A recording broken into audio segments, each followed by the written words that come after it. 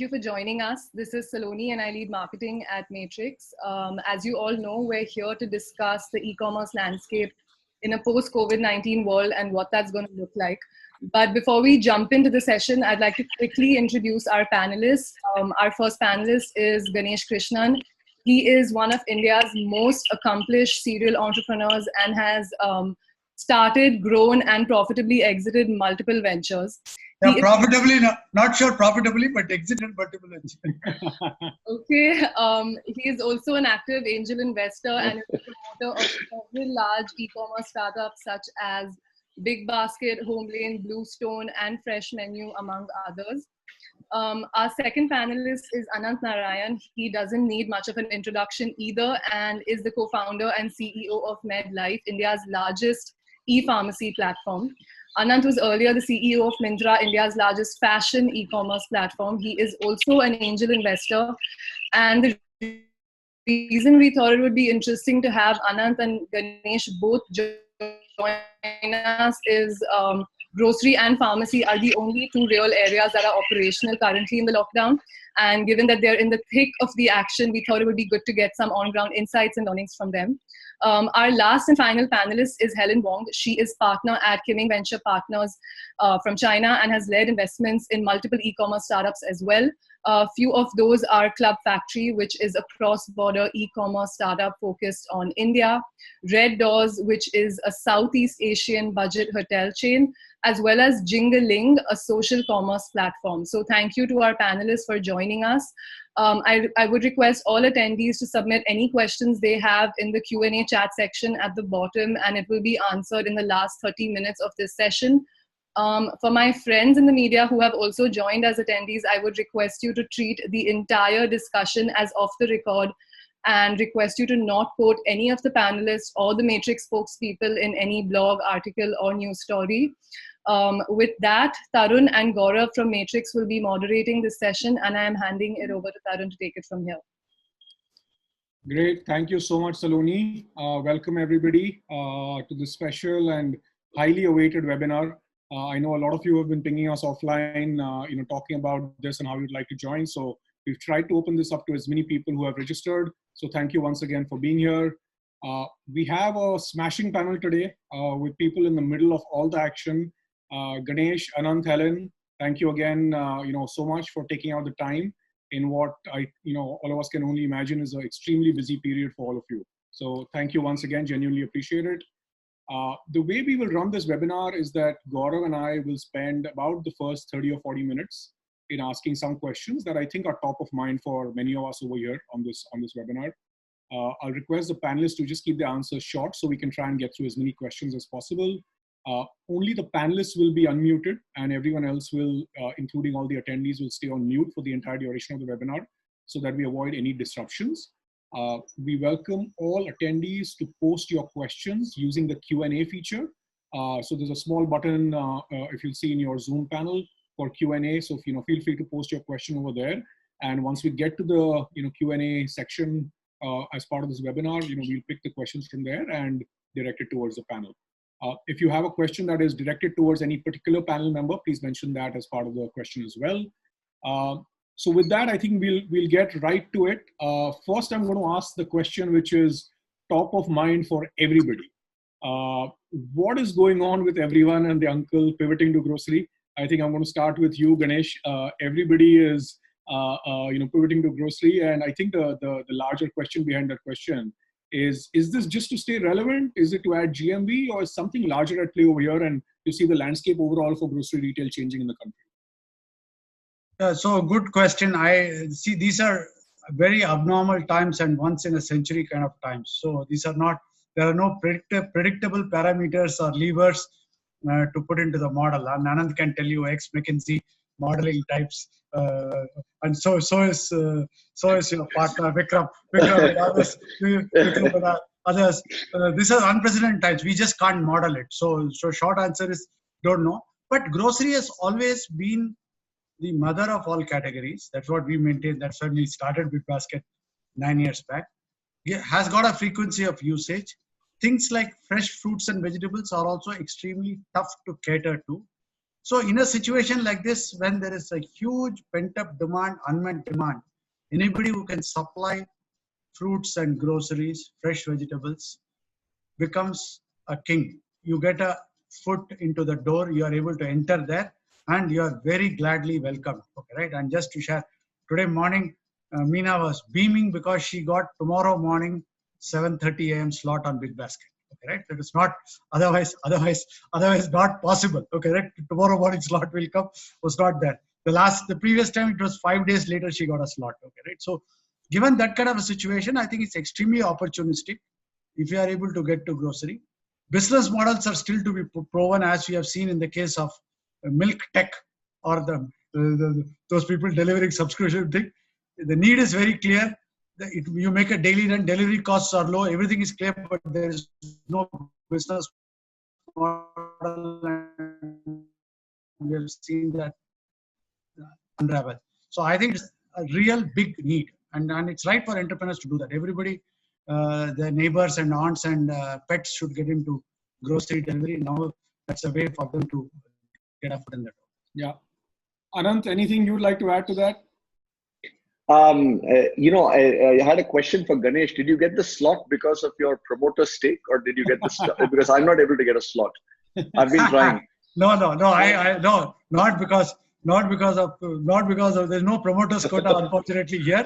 But more importantly, I have done 4 or 5 interventions in the last 2 weeks for really deserving cases. If you can just ping me, I'll make you the 6th that is there. So I do have some quota, but I don't use it for myself. I keep it for others. No, sorry. That was just on a lighter note. I think the only thing I wanted to add, I think, Ganesh, to what you said is, I think products and services coming home, I think is going to be a fundamental consumer behavior shift.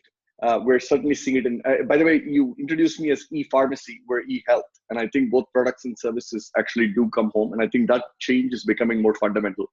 I think if you take away the noise, and Ganesh, fully agree with you, right? I don't think you can model this so easily, but I think if you take away the noise, my sense is, and I'm very curious to hear Helen's view of China, right? But I think there's going to be some fundamental shift in my mind in consumer behavior, at least on the health side, both on medicine delivery, diagnostics, and consultation.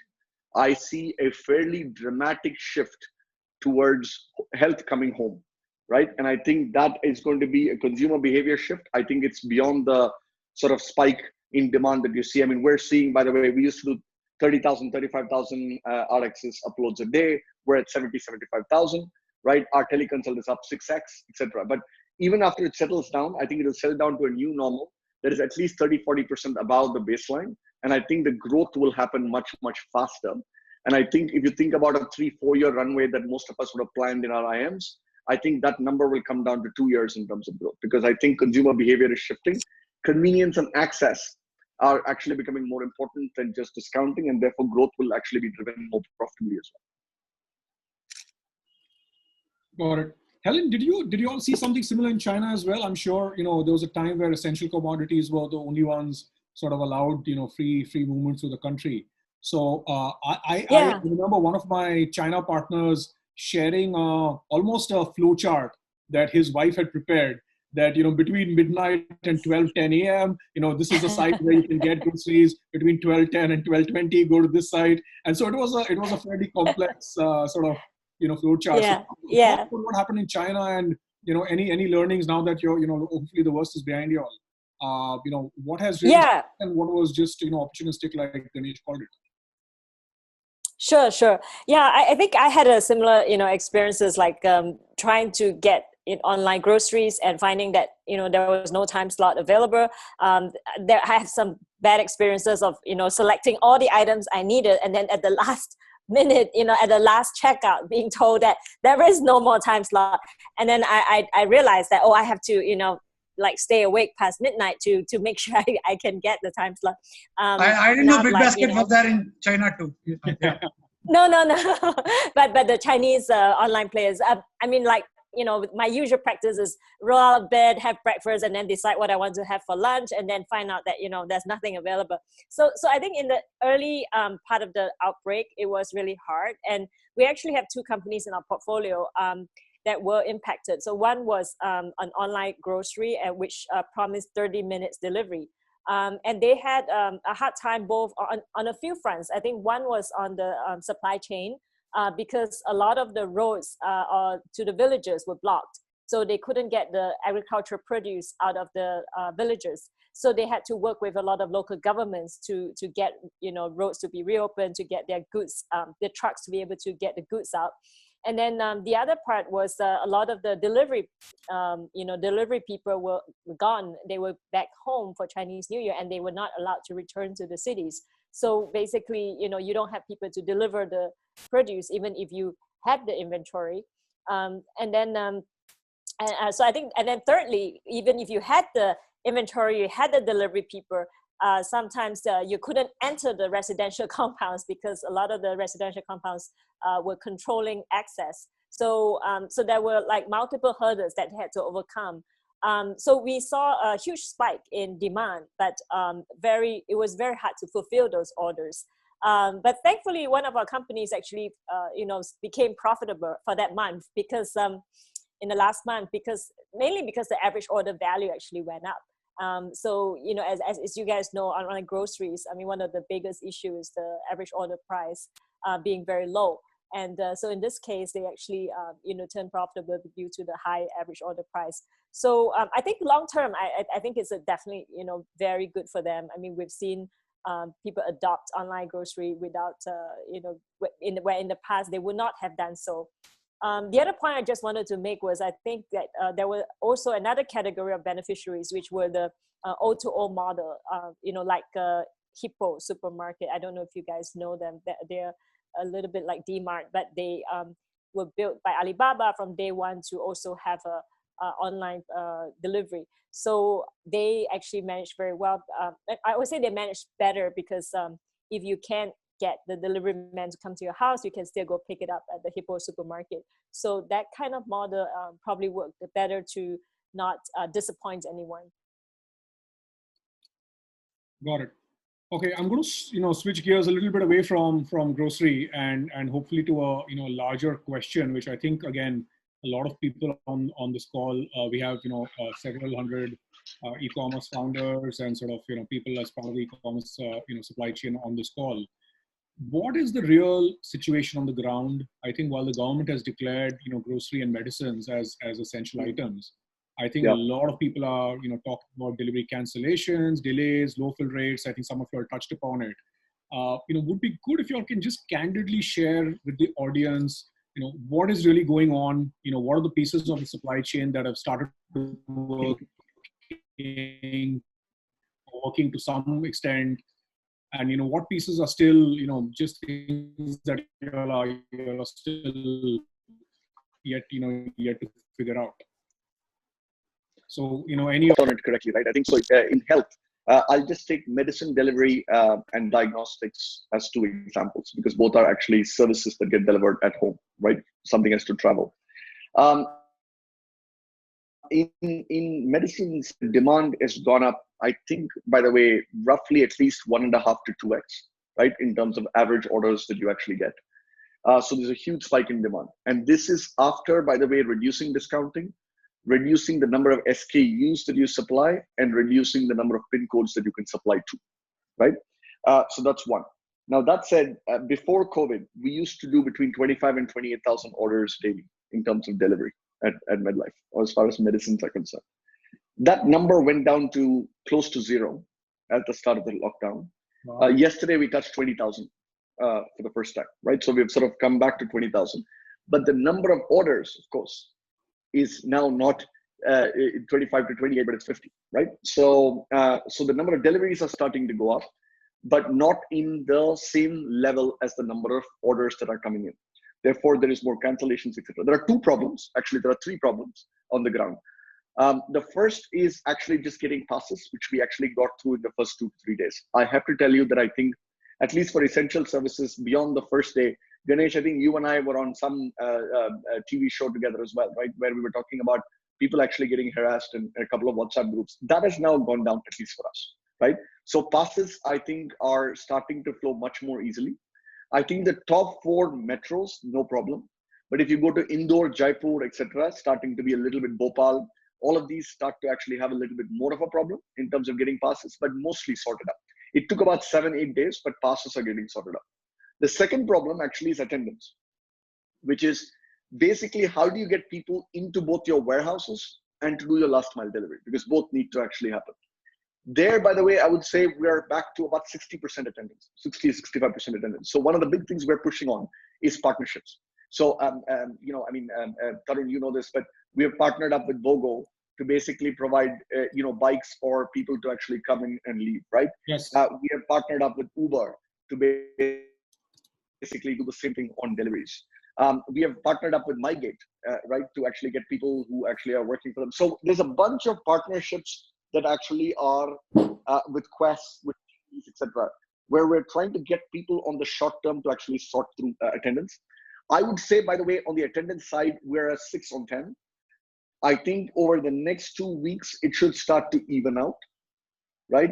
And start to get better, right? What is interesting for me is actually talent availability. And when I say talent, I mean people who can come work in a warehouse or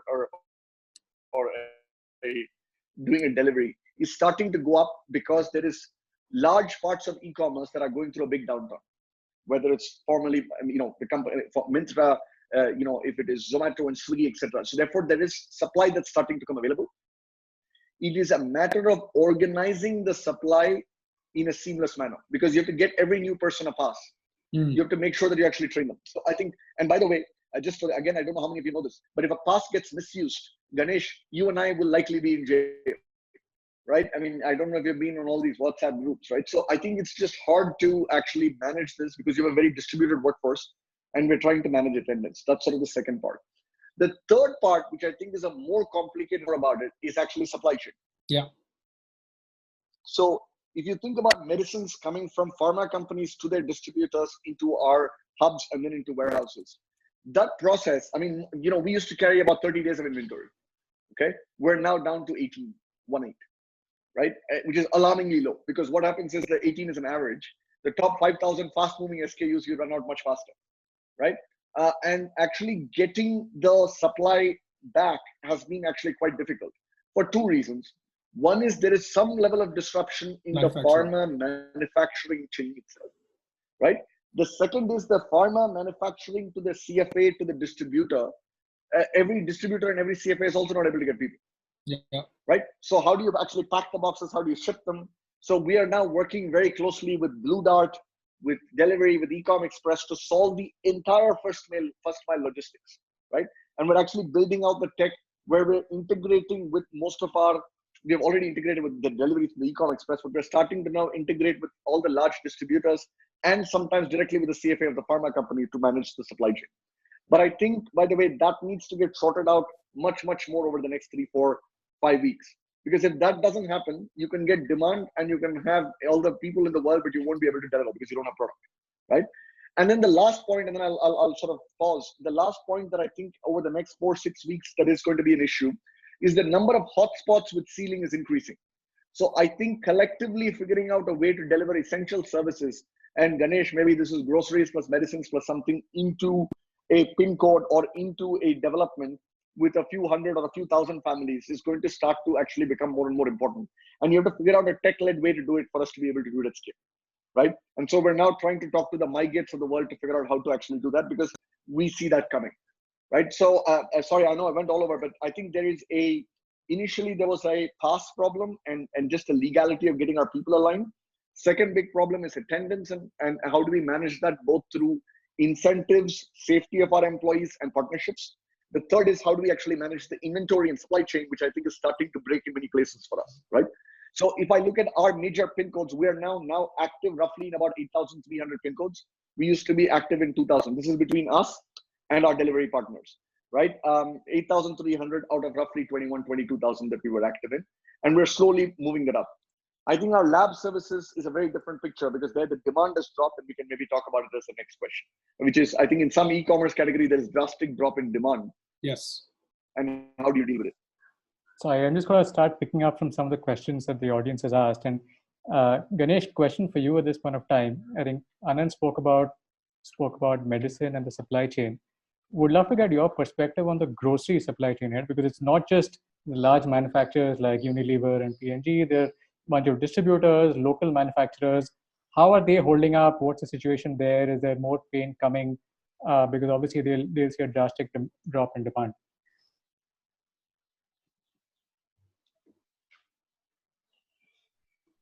Hey Ganesh, sorry, you're on mute. Yeah, sorry.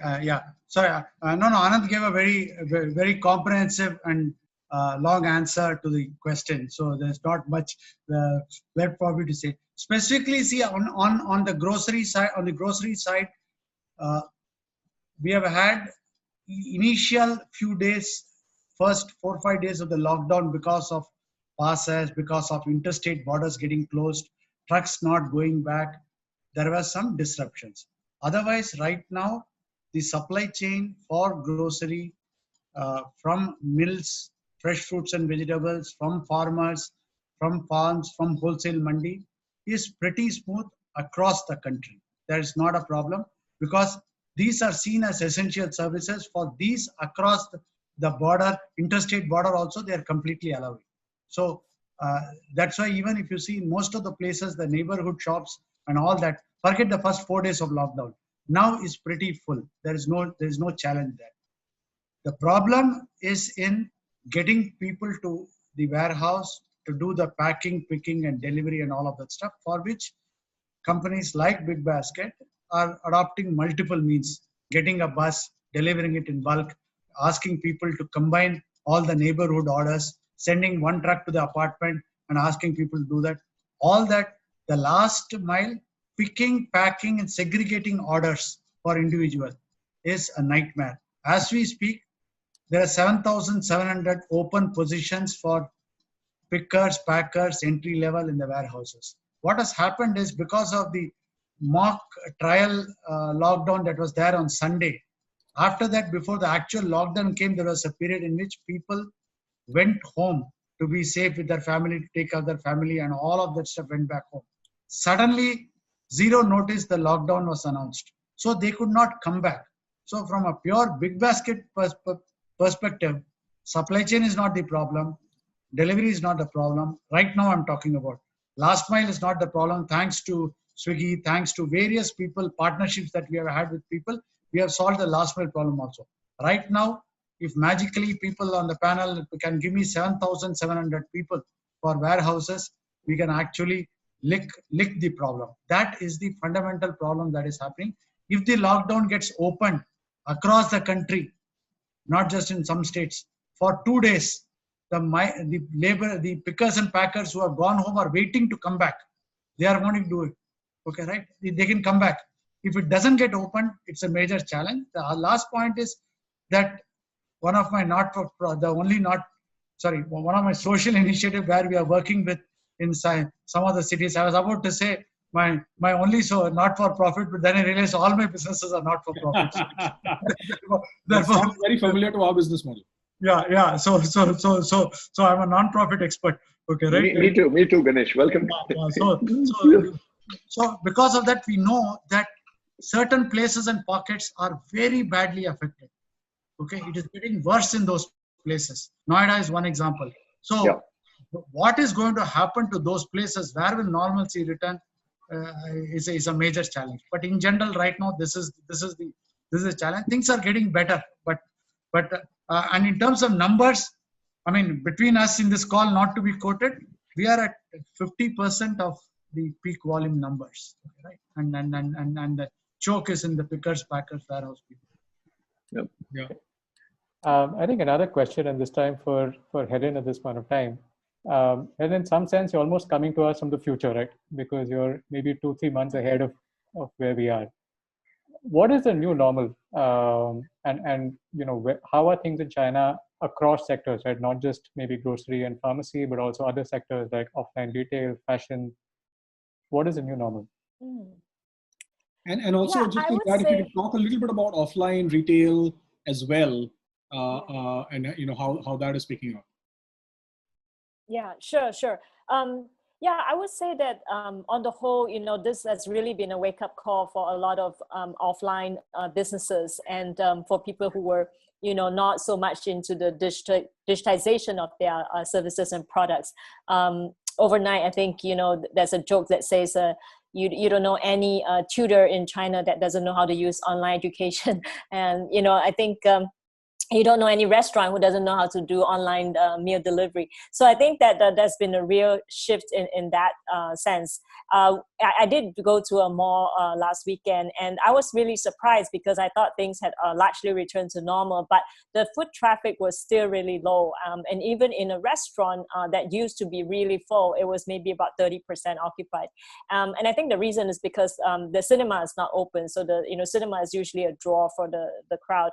So and then you see that apparel is even worse. I mean, like apparel shops, you don't see anybody buying anything. So I think that's, from my personal experience. But I think from the macro data, I think meal delivery has recovered first, obviously, about 75, 80%. In-store dining or in-restaurant dining, about 45%, 50%. And then apparel and others, probably around 30%. I think it's going to be slower.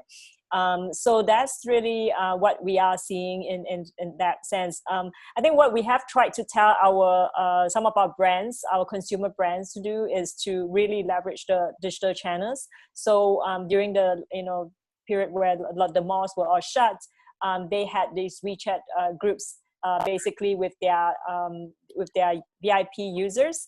And so the salespeople, the sales assistants who were not in the stores were like just trying to get sales through the WeChat, groups, and trying to maintain the relationship with the customer. And then now that the malls are open, they're really encouraging them to come to the stores. So they are like telling them, you have these loyalty points that, you can get a free gift or whatever, just to entice them to come to the stores. Because then, they find that they can upsell them a lot more when they're in the stores. So I think, on the whole, this offline retail has to, wake up to the fact that they can't just, ignore the online channels, that the online channels are very important for them. That's actually really promising from a Indian sort of commerce online perspective. Ganesh and Ananth, I just want to talk a little bit. I mean, both of you all spoke about how demand is through the roof, but still in some ways struggling even in the essential sort of commodity space to be able to fulfill. Talk a little bit about the government interface. All of us generally feel that the government has been very proactive. Is generally supportive. Talk a little bit of on the ground, how are you all working with them? How is that, playing out? What are things, what are more things that, they could do today to help, you all actually fulfill all the demand you all see? Ganesh, you want to go first or you want me to go? No, go ahead. Yeah. So Tarun, I would say, by the way, very positive would be the short answer, right? In terms of how we're dealing with the government. I think there are three levels at which we actually have to deal with this, right? I think in the case of e-health, we have a set of things around policy as well, which we're actually dealing with the central government, which is whether it's around telemedicine, medicine delivery, etc. And we're using this as an opportunity to push that as a digital health association. And I think that's one piece of it. But if you look at on the ground, I think the problem, not just at the state level, but each sort of revenue district level, right? In terms of how do you actually deal with the police at that particular point of time, etc. Right? So what we have done actually is we have set up a war room and a crack team that I think is fully operational, where anytime there is any problem, we have a 12-hour response time, and we have actually identified sort of key people, usually the DGP of police or somebody there in each of the main markets of ours. So we have whatever 150, 170 numbers that we can actually quickly call and resolve. I would say, I think in the last 7-9 days, I think after the first 3-4 days were miserable, right? But after that, I would say the last 7-9 days, I have been remarkably impressed by how much the improvement has been. I mean, we are actually, as I was saying, we're back to sort of 20,000 odd deliveries, right? Which we feel pretty good about. So again, in the 50-60% range, but we feel pretty good about, and that is, by the way, facilitated very much by government and what's happening. I would say the only help that I think probably that is needed is, given the variability of people that we are using to deliver, managing that process electronically across cities is really going to be helpful. Karnataka has done a fabulous job, I think, with the MyGate and the telepass and all that, right? But that is not true in UP. I think making it electronic, making it time bound, and sort of easing that up because we're using multiple sources to deliver and multiple sets of new people to come into our warehouses, I think is going to be one big help. The second, I think we'll have to see, Tarun, as we go forward, right, is whether there is going to be more fully sealed off locations. In which case, how do we actually deal with them? Because there, by the way, even essential workers are not being allowed into that sealed location. So how do we actually get through that is the one other issue that we're facing. Noida, I think Ganesh, you mentioned, is a classic example. Yeah. Right, parts of Noida are completely sealed off. Ganesh, anything you want to add? I mean, what would it take? You guys are Ananth is good. I'm going to let Ananth go first and cover everything in a long answer. So like typical McKinsey covers everything. Okay, right? And always 3 points. Okay, right? So McKinsey was history. McKinsey was 7 years ago. I don't remember McKinsey. I don't know, but you're not lost the touch. From a government perspective, I think across both in Portia Medical as well as in the Big Basket and in Fresh Menu, we have worked with various government. Each state is different, and as you can expect, some of them are more proactive, quicker on the draw on this. What impressed me is the hard work they are doing and the proactive work that they are doing in order to address, solve, and work the problem. Unfortunately, this cannot be done like a central policy. You have to fight each state, each district differently. And how do you, in a situation like this, which is once in a century situation, how do you communicate to the last guy on the ground how to behave is being singularly challenged right now. Obviously, if you had used technology, we have good experience with digital, UID, Aadhaar, and all of that stuff. It would have helped, but that has not happened. Let me give you some of the examples. Okay, right? How do you tell the constable on the ground that this is essential equipment, therefore needs to be allowed? So we have had a situation where in Kerala, on the second day of lockdown, our healthcare worker carrying wide equipment, medical equipment, was arrested, his vehicle impounded. And on the second day of the lockdown, we had to send somebody to get him released. Okay, right? But if you ask the cop there, he was actually trying to implement a situation to prevent virus from spreading by doing the right thing. Same thing in Mumbai, we had huge problem trying to get Fresh Menu kitchens open. Okay, they said section 144 can't be opened. We explained saying that 144 means 4 people plus. We are never going to have 4 people plus. Specifically, Prime Minister's orders allows the fact that online food delivery is allowed. It is online food delivery, not going to get violated. They said no, 20,000 per day fine. You pay the fine and open. They are not asking for a bribe. They are not doing anything. They are implementing the law completely. And that guy is convinced that he is doing the right thing by implementing what the government wants him to prevent this one. So those are the things that we struggle with in terms of the government. Fortunately, not the hard work, not the intent. I can tell you for the social initiative, we started second day of lockdown. We had to get ATG income tax clearance for the foundation, because without which we cannot, difficult to raise money. Income tax offices are closed till 14th. We got it the second day of opening the initiative. In the night at 10:30, Assistant Commissioner Income Tax went in Karnataka, opened the office, printed it out. Police gave us a pass and put it on a car, took the Assistant Commissioner to the Commissioner's home, got it signed. 10:30, next day we were up and running. Same thing for delivery. So phenomenal commitment. But I guess we have to live with it because it's once a century event, not absolutely.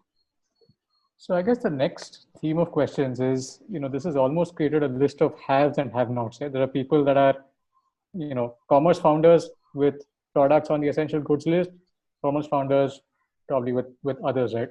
What's the advice of the panel? How do have-nots deal with this situation, and what do they do? Helen, please. No, I don't know. I mean, the crazy thing is that in China, the delivery never stopped. And even in the worst time, you know, Shunfeng, JD.com is one of the largest e-commerce companies in China. They have their own delivery force. They were always, they still delivered everything. So if anything, it was just a move more from offline to e-commerce and benefiting all e-commerce players. But it looks like in India it's so drastic that it's really just the essentials. And I hear maybe some B2B, you know, is loosening up as well. So, but I think we also invest in Southeast Asia. I think only the Philippines is in Southeast Asia is as strict as India, but we have only found 2 countries in the world that are so strict on deliveries. So I really am, yeah, we're quite surprised. We're quite surprised to say the least. Yeah. No, I personally don't think there should be that it should worry people. See, this is unpredictable time. So next, till this lockdown ends or even the gradual lockdown gets lifted, nobody should take any major decisions. It is only not predictable what's going to happen. We don't know exact shape of new normal. How long will it take to do normal? So whether it's have side or have not side, get through this. Stay safe, stay healthy, and if you can get into groceries and delivering of milk, please get it. I would say that in China, right. A lot of people got into the sorry, go ahead. They got into like the mask and disinfectants and things like that. A lot of disinfecting.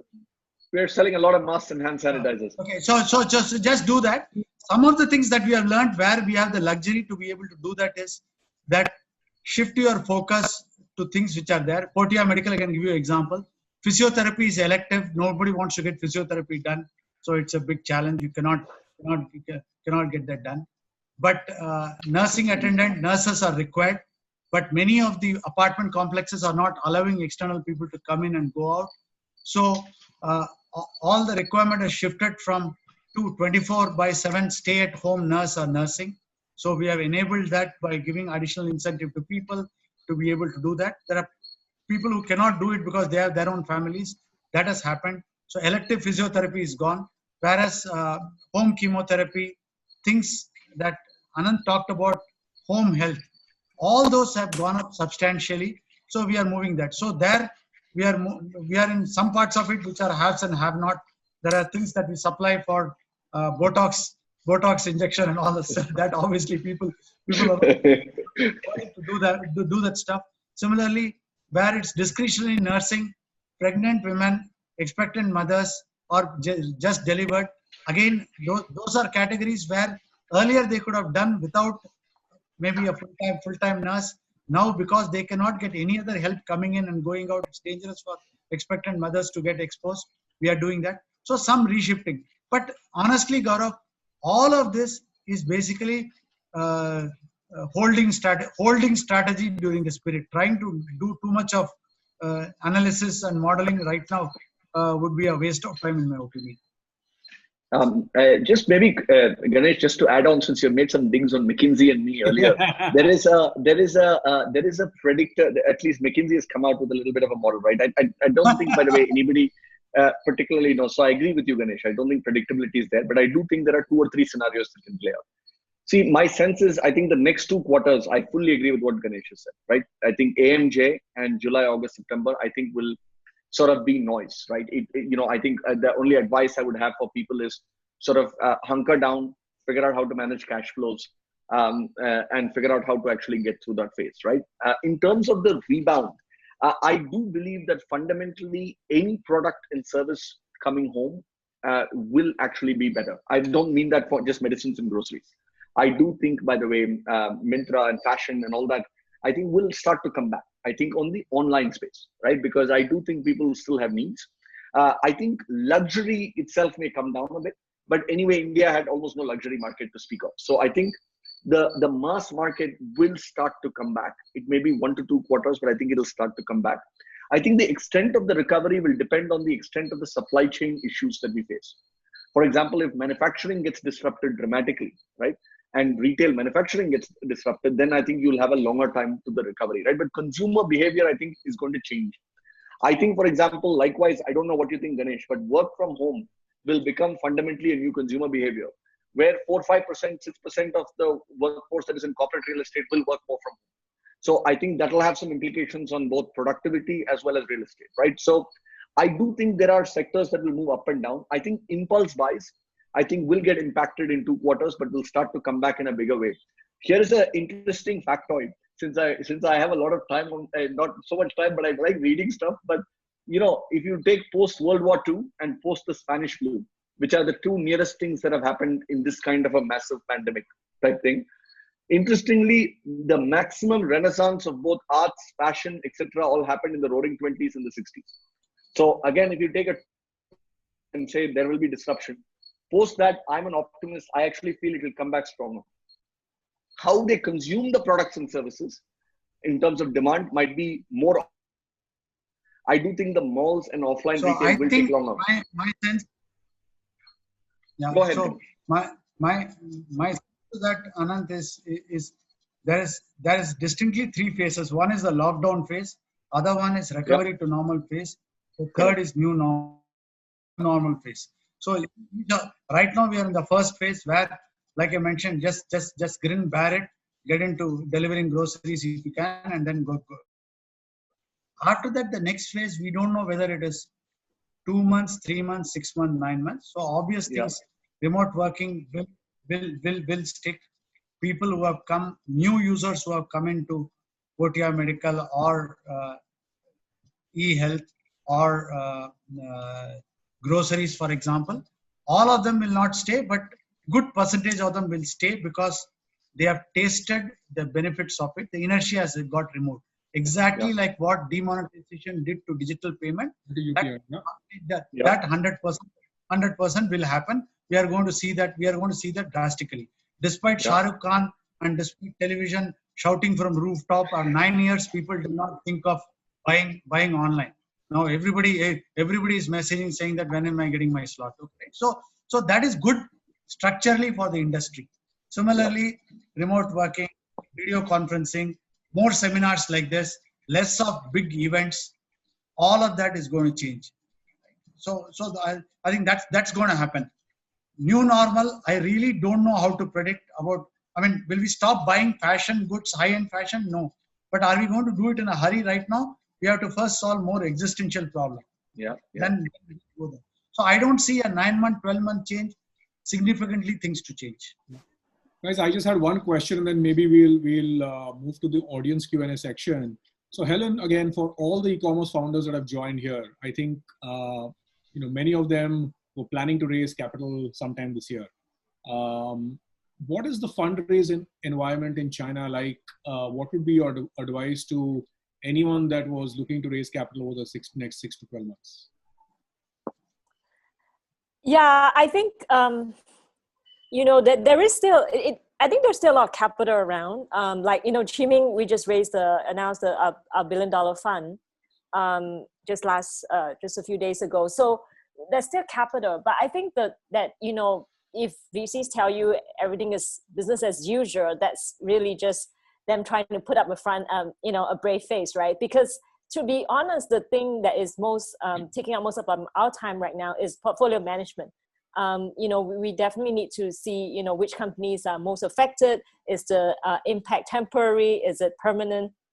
Is it fatal? So there's so much on the portfolio side that we have to do. That is really hard to have the focus on new deals.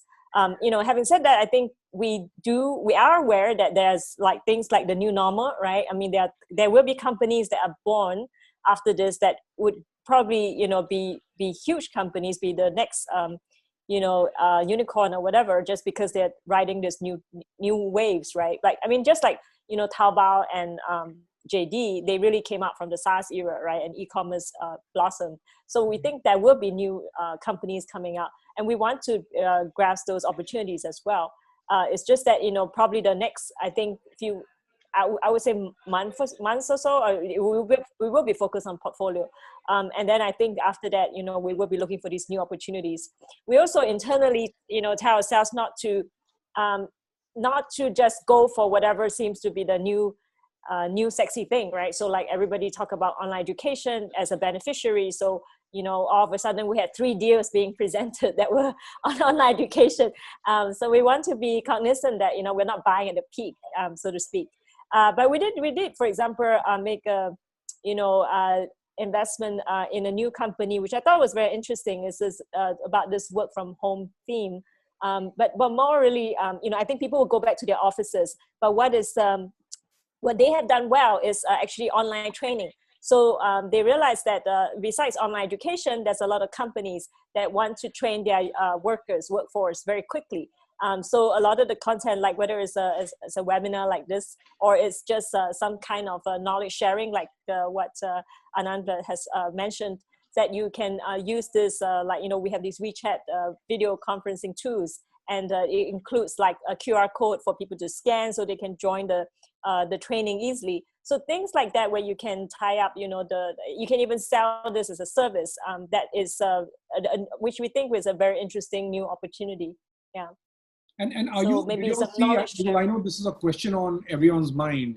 Did you all in China? Did you all see checks being written on video? A lot of investors have been talking about, listen, how do I invest in someone without seeing them in person? How do I diligence this opportunity? Did you all see stuff like that happen, or was there a slowdown and now it's picking up again?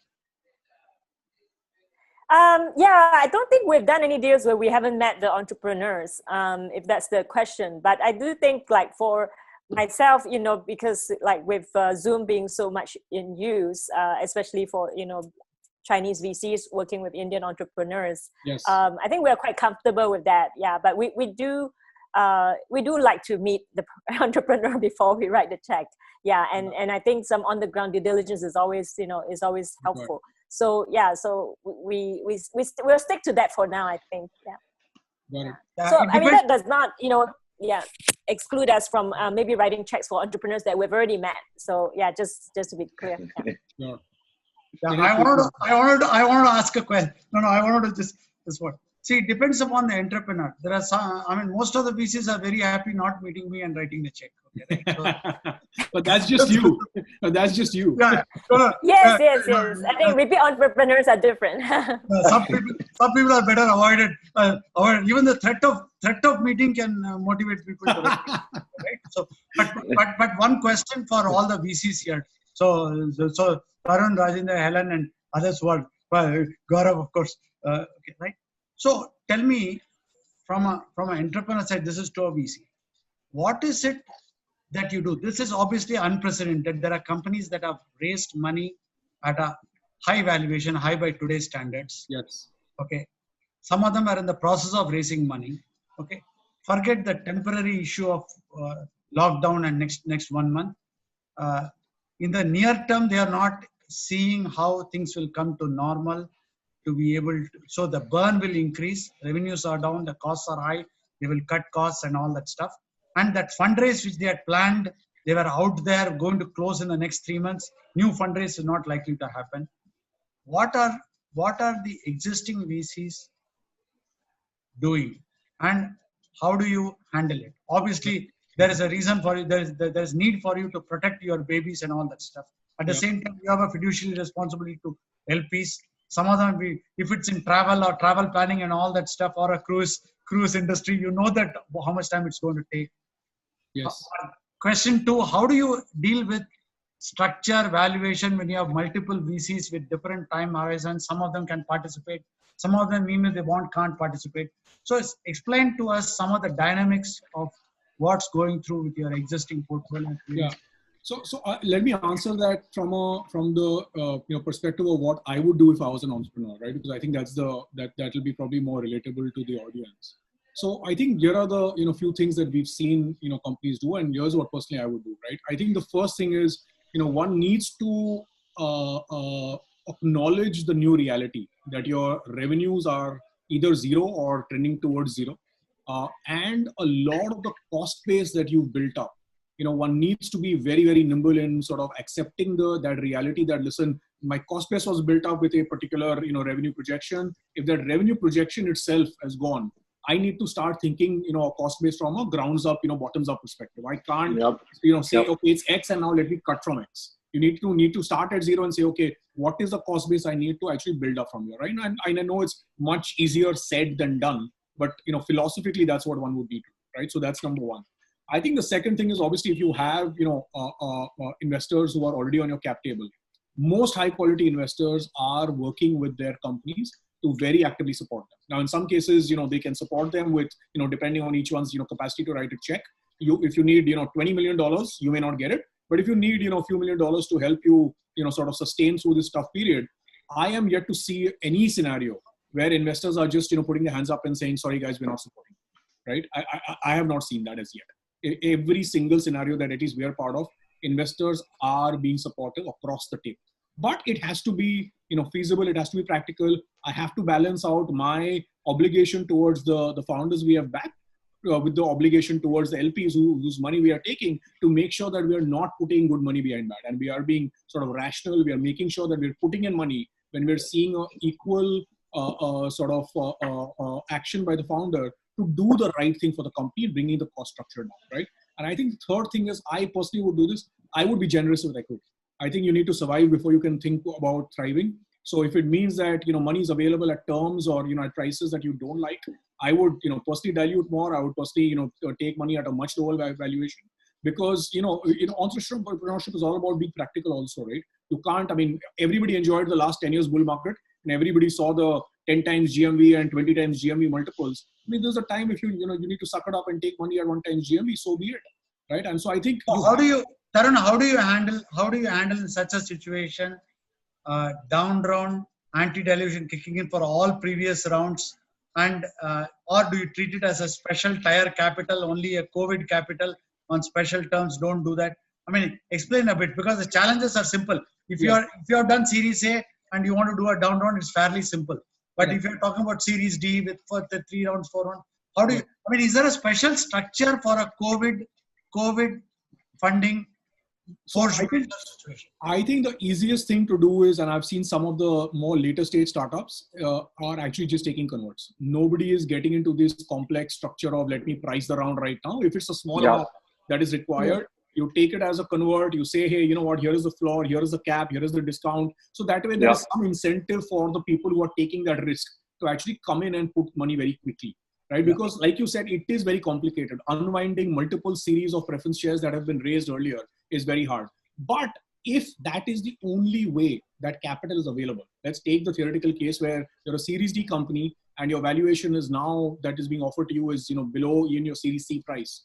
If that is the only way capital is available, if I have to decide what is most important to me as a founder, what is most important to me is protecting my company and making sure that the company survives. Right? And if that's what you need to do, like I said, everyone needs to then share that pain. And, if you need to, take an anti-dilution and, that's what you need to do, I would do that. Ananth, all of you guys are experienced. Helen, I don't know if you had anything else to add, or Gaurav or anyone else on this call, but, personally, I would do all of the above. Yeah. I think it's the same here in China. So convertible rounds are, the least controversial, right? Because you don't have to think about the valuation at the moment. But then, if there is not enough money around the table, then, an outsider coming in wants a down round, then it's really a conversation with the founder. Are you willing to accept the anti-dilution? If it's just one existing investor out of a handful of existing investors, then, there would be pay to play.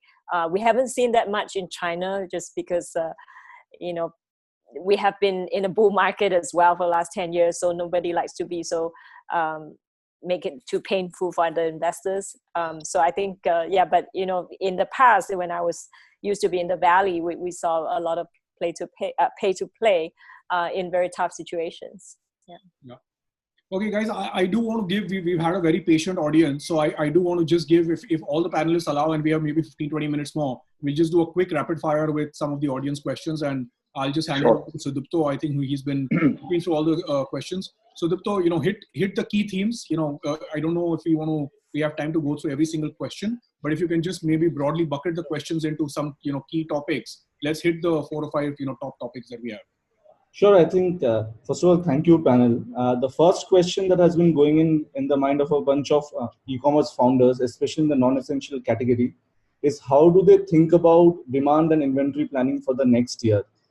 And if they're in the non-essential category, should they shift to doing essential category goods? And is that a temporary change, or will that be a long-term change in the business model? So I don't think there's an easy answer to that question, given that I did fashion before this at Myntra, and I know you have to order a year in advance. I would say, to the extent that you can, plan for the worst case scenario in terms of demand, as you plan about the next year. And I would not overcommit to the demand, right? Most estimates of Indian GDP are between, range from -3 to +2%, right? So as you think about, therefore, the planning for your own category, I would be quite conservative about the plan for the next year. I think in terms of strategically saying, I know Ganesh joked about everybody getting into groceries. And I know, like, for example, Myntra is getting into masks and sanitizers. But I mean, these are all temporary things, right? I think long term, if your strategy is you want to be a fashion e-commerce player or a fashion e-commerce player, I think you have to figure out a way to wait it out, at least my view, for the first 6 months. And I think you can do a bunch of tactical things to manage cash flows, right? And sell things. But I think long term, you have to sort of go back to the core of what you want to do, right? Unless by the way, the industry is going away permanently, right? But otherwise, I would say plan very conservatively for the next 12 months. Anything that you order in advance, I think most supply chains anyway are not active. So for example, if you're in fashion, I don't think you need to take the 6 month to 12 month lead time that you did, because I think there's going to be lots of latent capacity. So I would actually postpone the decision and not place the order for planning of supply chain. And I think it's more temporary tactical in terms of selling other things, unless your category is going to go away. Got it. Helen, any advice from your China portfolio, how companies there have been preparing and planning for 2020? Yeah, I think the biggest question, which nobody really has an answer, is how fast the recovery will come, and will there be any permanent impact to the consumer spending? I think we will not know until maybe a stabilization of unemployment numbers. There have been reports about, the younger generation, the 90s generation, being more impacted because they didn't have much savings and they was used to actually more borrowing, to spend. So what we do here is that instead of spending these days, they are actually trying, for courses to how to save money, how to more to manage their little wealth they have. So it's interesting if that continues for a few quarters. Then if you're targeting that age group and you're targeting to sell them non-essentials, that might be tough. But I do think that assuming that at some point it comes back and this is just a temporary dip, then really is what Ananth mentioned. Just how do you make your cash last, right? At least I think 12 months it would be prudent given this fundraising environment. Got it. Understood. Another thread of questions from a lot of entrepreneurs were, one, how do you, and this is to Ananth and Ganesh, how do you sort of manage all the on-ground workforce today? How do you motivate them, manage them, and what organization principles have you brought in to manage your workforce today and keep them safe? So that is one. And second, as most of the sort of employees are working from home, how do you motivate and manage a workforce that's working from home?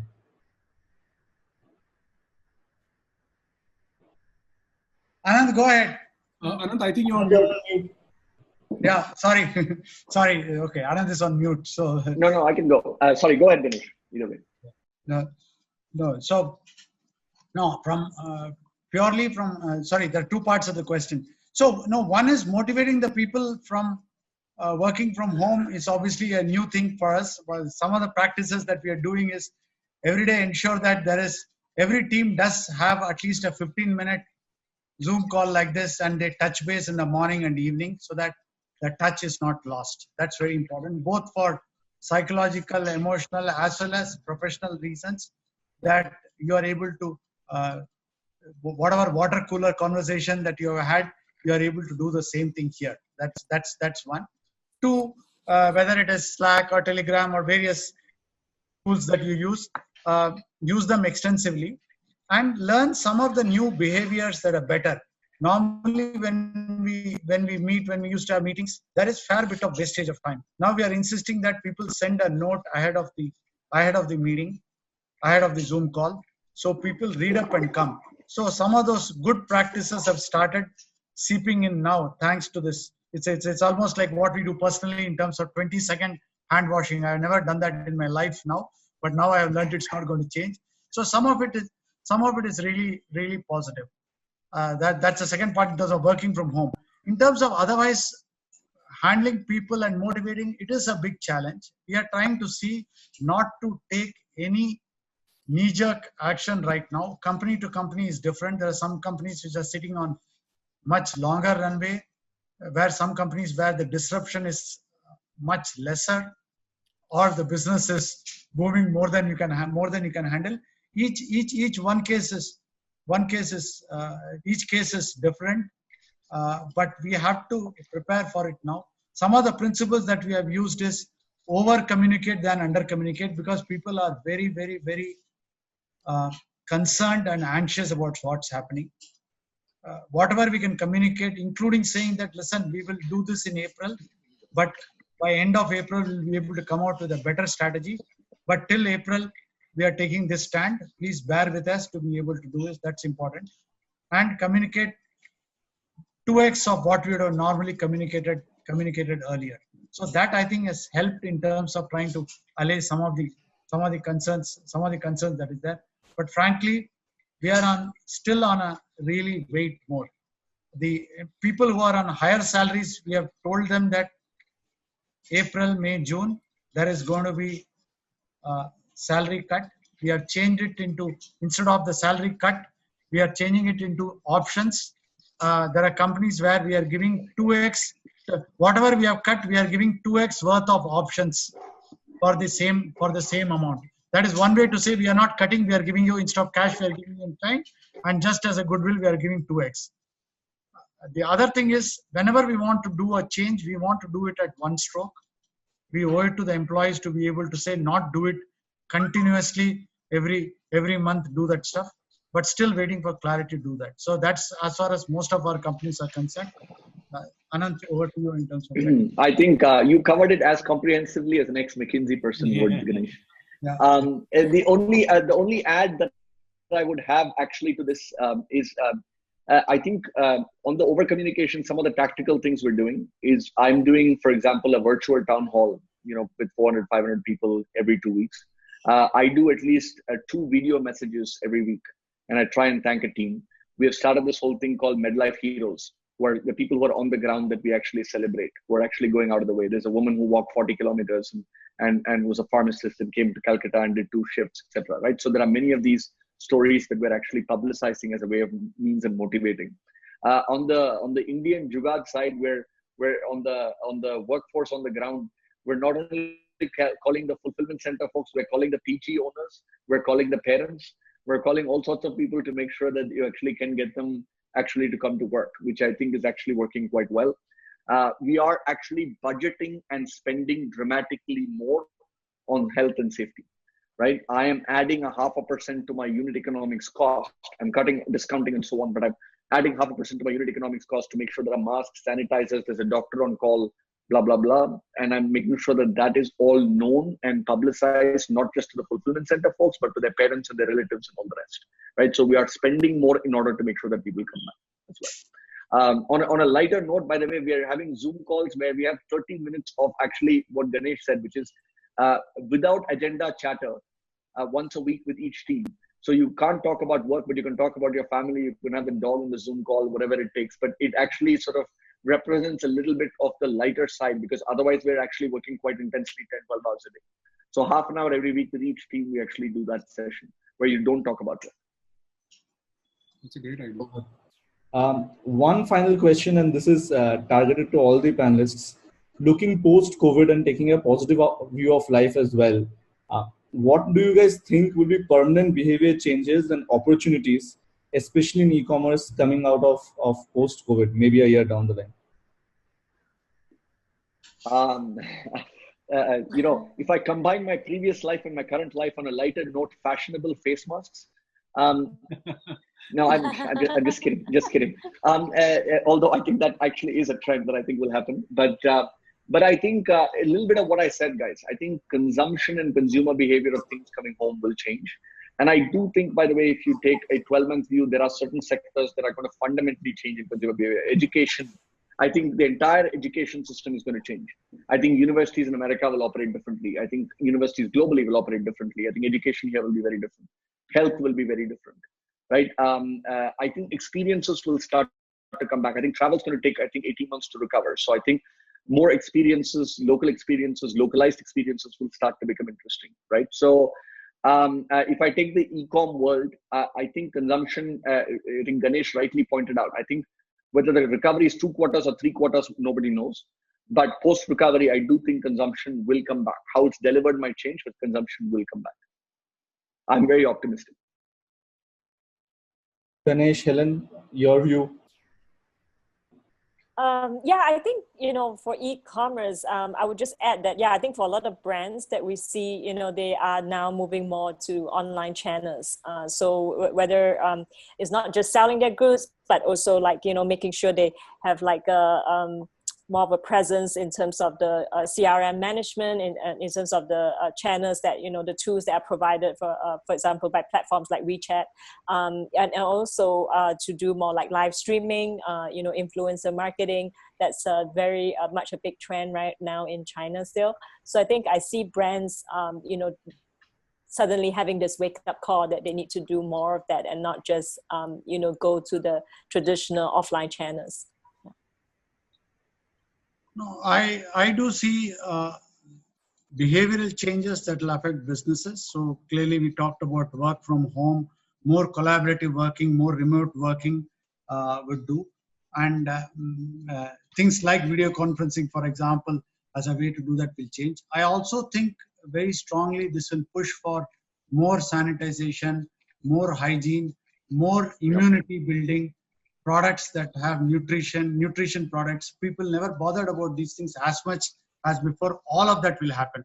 Obviously, people who have tasted the benefits of e-commerce because of this force to taste the benefits of e-commerce would definitely ensure would definitely stay back and will continue. Good percentage of them will continue to do fundamental things where they could have done, which could have been done at home, but was being done in a hospital. Health in our case, for example, certain things which 75% of the things could have been done at home in Portia Medical, but was being done at a hospital just because hospital was available, it's easy, it is accessible. People will realize that that is not good. It's better to do it at home. Would be more careful about infection in public places. I think some of the societal things will change. I think the social distancing, not of 1 meter, but generally not getting into crowded places. I think all those things irretrievably will change. One of the things that we were slated to go on a cruise in August, Mediterranean cruise in August. Obviously, we're not going to go. But mentally, I don't think next 2 years we'll want to go on a cruise. So that those are the changes I think that will last. How much does it last? To what extent does it last?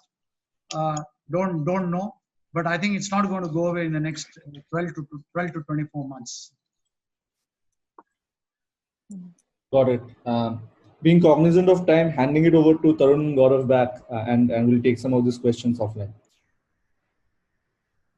Cool, guys. I think we've covered everything, and if there's any questions that are unanswered, we'll try and see if we can follow up on a blog post. But thank you everybody for joining. I think we indeed did get to cover a lot of the stuff. I think the biggest question on everyone's minds was what's really happening, at least on the verticals that are still allowed by the government to operate, and this gave us a great view of what is the real situation on the ground.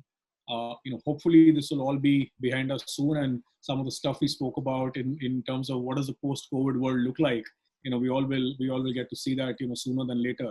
So thank you so much. Thank you, Ganesh. Really appreciate your time. Ananth, Helen, I know you guys are incredibly busy, especially at this time. So really appreciate you all taking out time and sharing your thoughts and your experience with everybody. Thank you all. Thank you. Thank you. Thank you so much. Appreciate it. All right. Have a good weekend, everyone. Take care. All right. Take care. Bye-bye. You too.